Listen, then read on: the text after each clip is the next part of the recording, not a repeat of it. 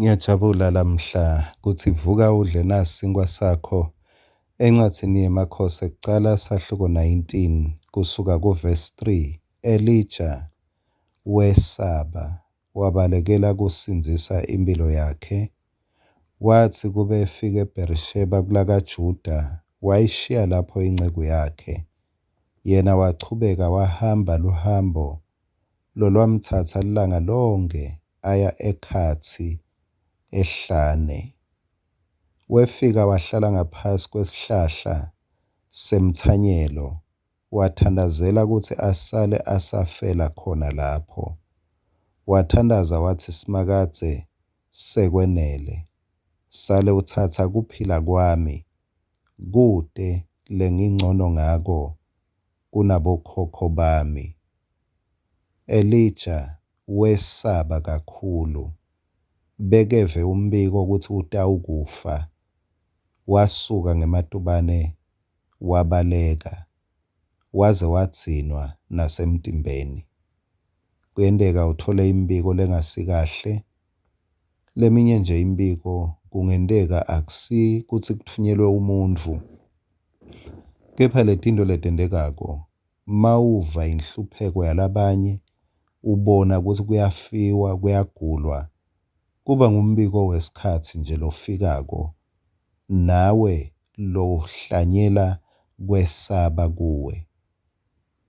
Nangu Elijah uyathandaza uthi sekwenele. Lo mthandazo lo ngumthandazo wemuntu locinzetelekile, lo depressed enhlitweni yakhe. Umthandazo lengathi ukhomba sephetho kuthi hayi kwangazuthi likusasa kumnyama khwishi nyalo angisaliboni mbamba lelidlalako. Lamagama lawa lathi sekwenele ngemagama lasho kuba disappointed, ngemagama lasho kwephuka kwenhlitiyo, asho kulimala enhlitweni. Lo mthandazo lo ungakhomba umuntu lotawuthi makasukuma atikhanza angakhoni kudla, angakhoni nekusebenta, ingcondo ilahlekelane nemtimba wakhe.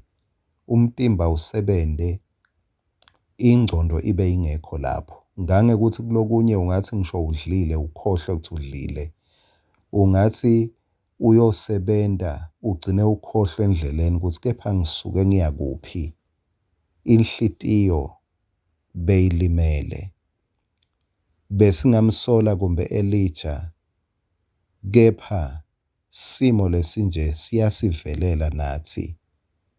Bekeve emagama Elijah lathi ngiyakwenyanya, I hate you. Elijah ngathi bekuhuma emagama lathi angifuni kukubona labe kakhulunywa nguJezebeli. Bekuhuma emagama engcondweni yakhe lathi angifuni lishone uphila. Ngako Elijah wabaleka wayawubhaca ehlane kude umuntu bekasemva kwakhe bekukhuluma emagama engcondweni yakhe. Ngeke ngadi ukuthi wena ukuphi emagama kumbe labanye asakubangele ukuthi ungakhulumi.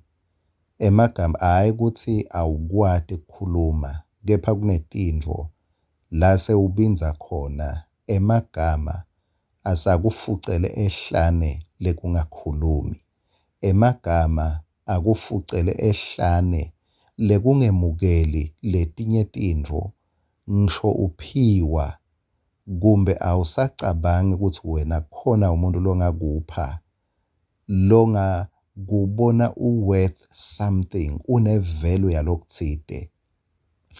Elijah wabaleka ngoba kunemagama lamfuca amfucela ehlane. Ngithanza i-response ya Elijah.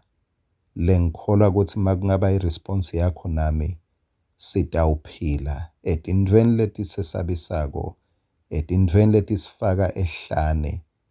Elijah wathandaza. Akube sisekelo sakho lamhla.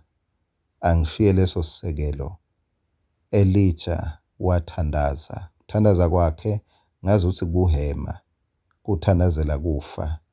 Kepha Elijah wathandaza. Nawe noma bekungaba ngathi umthandazo wakho kuhema, noma ungaze uthi awutiva, kepha thandaza kuNkulunkulu. Ngiyamjabulela uNkulunkulu, nesihema uyasiva, nemthandazo wekwesaba uyamuva uNkulunkulu loyo muntu. Amen.